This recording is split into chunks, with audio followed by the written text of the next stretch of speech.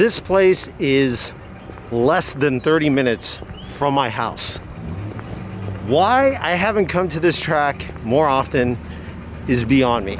Actually, I know the reason why, because I've been scared of this place. But after the first time, this place is pretty freaking awesome. So we're here the second time with NorCal Civic Type R and a bunch of other buddies. This is kind of like an end of the year reunion for us. A lot of us are going to be here. It's going to be a good time. And because of how close I live here, this thing is already done. I'm already done setting this car up. I got nothing else to do. I got my scooter, I got my chair, I got my gear, I got my mic.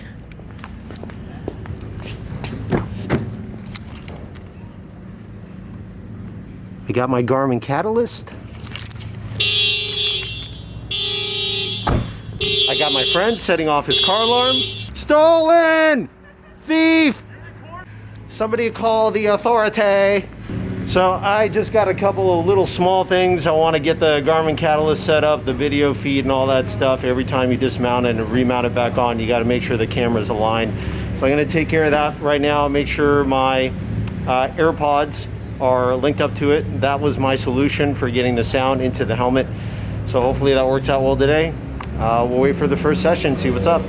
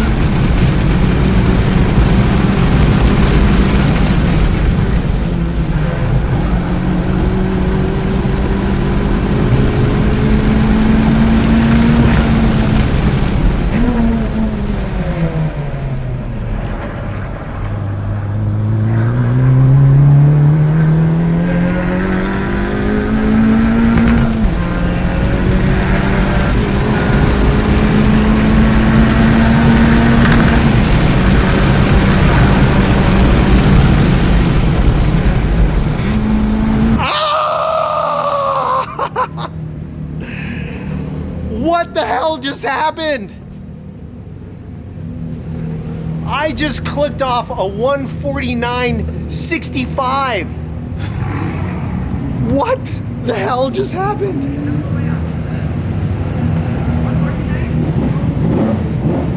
I'm dumbfounded. I don't even know what to say right now, because sub 150 here is like sub 140 at Laguna Seca, and I did sub 150 at Sonoma before I did sub 140 at Laguna, which is like the track I've tracked the most on. But the new tires, a little bit of help from my buddy Bong, thank you so much. He is like the Sonoma guru, okay?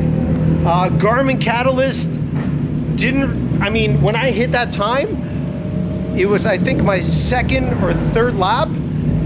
And after that, it was like the Garmin Catalyst kicked in. I did finally hear the advanced coaching cues. Not a whole lot for it to say. I mean, I was super consistent. Even after I hit the 149.65, it was 150, 150, 150, 150, 150 flat the whole time. Oh my God.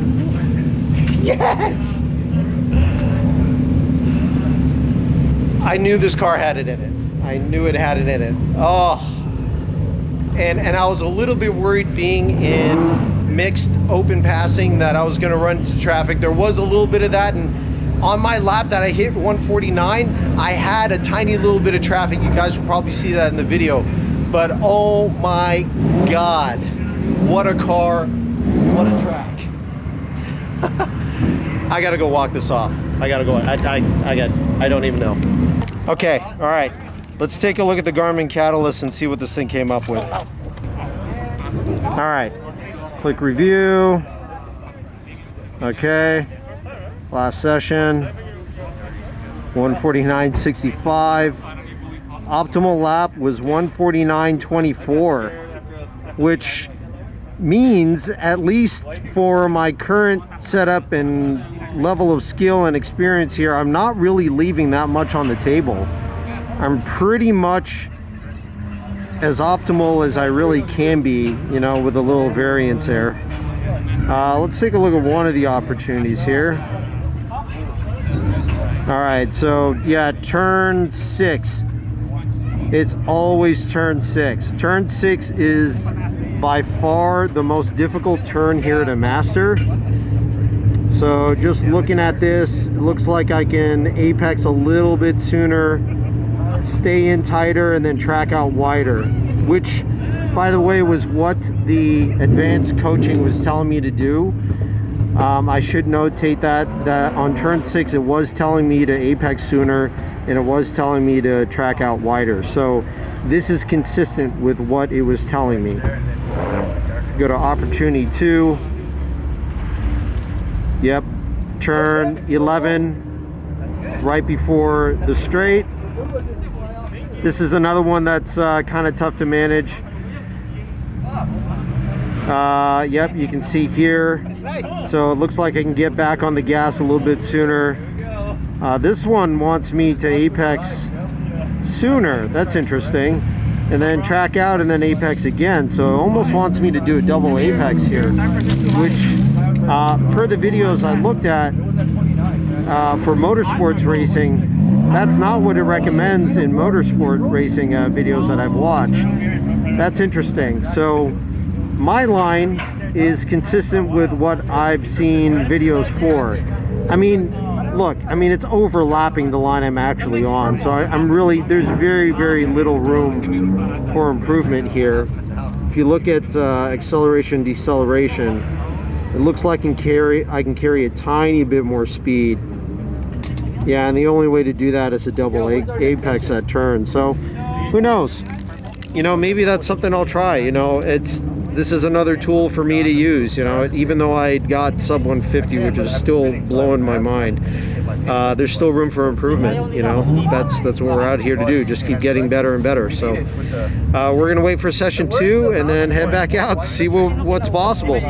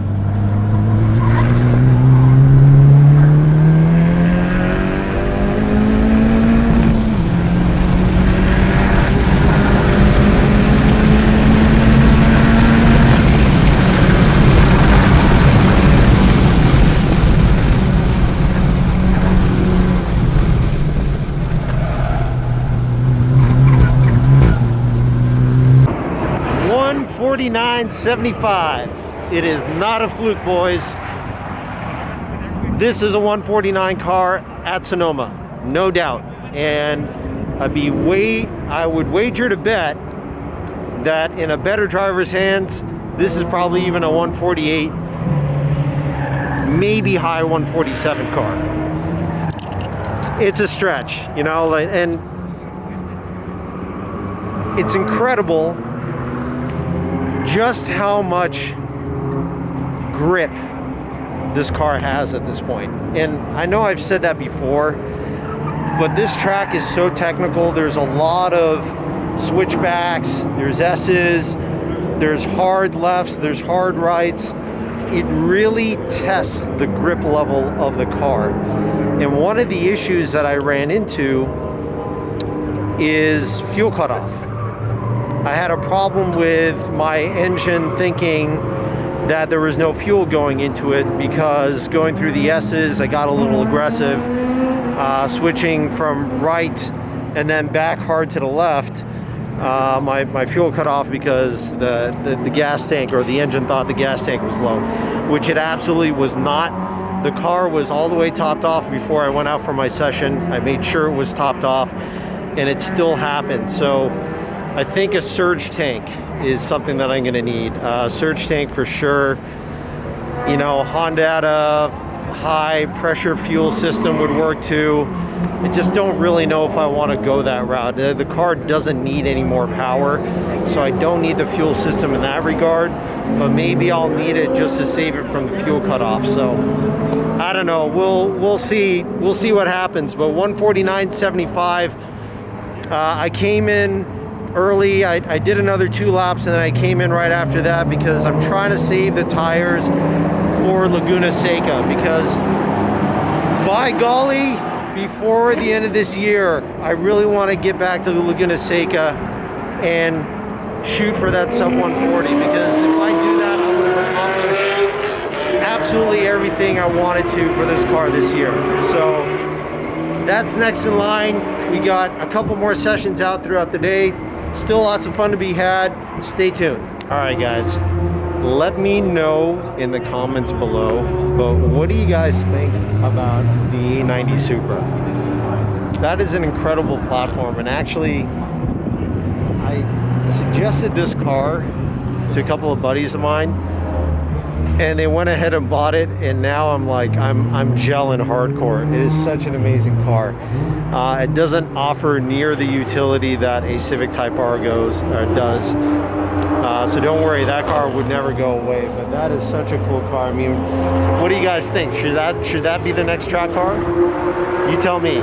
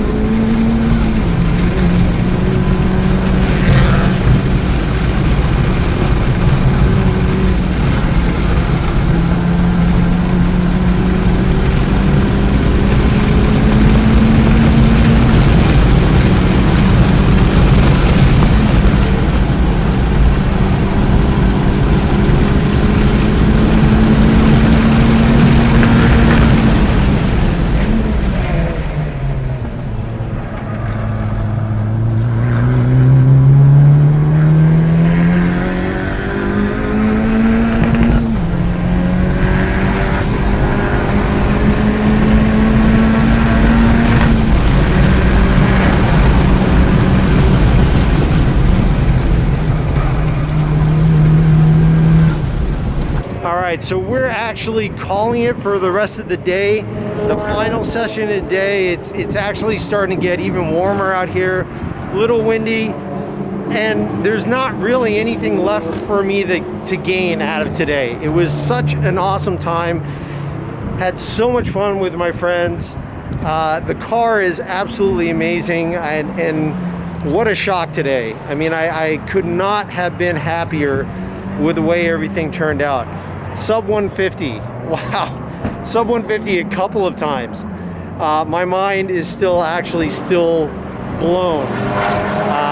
You know, I knew the car had it, you know, and look guys, you know, I've said this a million times, and I'll say it a million more times.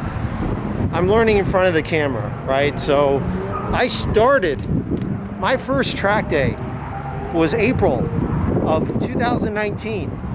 Just a year and 7 months ago, not even a full 7 months ago. So I'm new to tracking. I mean, relatively new to tracking, right?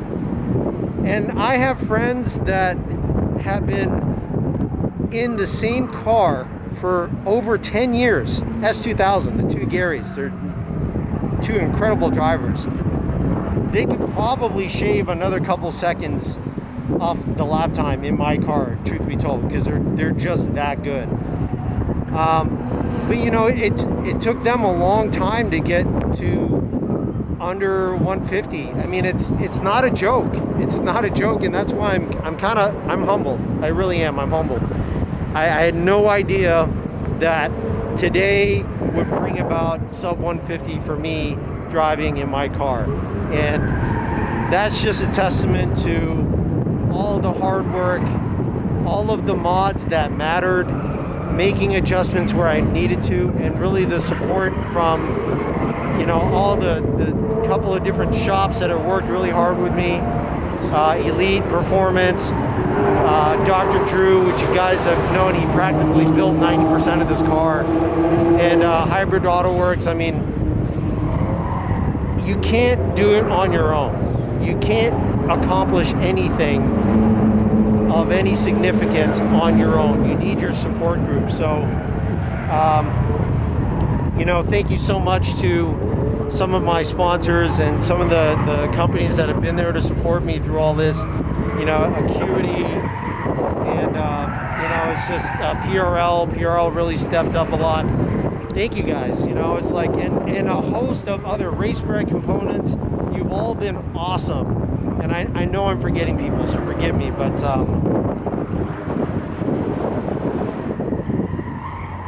it's so much. We all come out here to do the same thing, to have fun, be competitive. We all want to get faster. We don't know if we're going to get faster. We try. And it's even more fun when you can see the progress. And I'm so lucky to be able to say that today is one of those days. It's a milestone for me as a driver and with my car on this racetrack, and I couldn't be happier. So that's it for today, guys. Thank you so much for watching. I appreciate every single one of you that have supported me all this time, been watching since the beginning. Thank you so much. We got more track days before the end of 2020. It's not over, because I haven't given up. We're going back to Laguna. We're going back to Laguna one last time before the end of the year, as long as it doesn't rain. So stay tuned for that. Until then, stay hungry, stay fast, stay tuned. I'm Michael Bastian, I'm out. Okay, I've been working like 3 jobs. Probably why I never see ya. Probably why I never have time for the fake friends that won't be ya. Oh God, I've been running now. Up early when the sun is out. Not setting out my own soul, but those real ones, they coming out. Oh look who's reaching out. Old friends wanna feature now. They don't work, so they need it.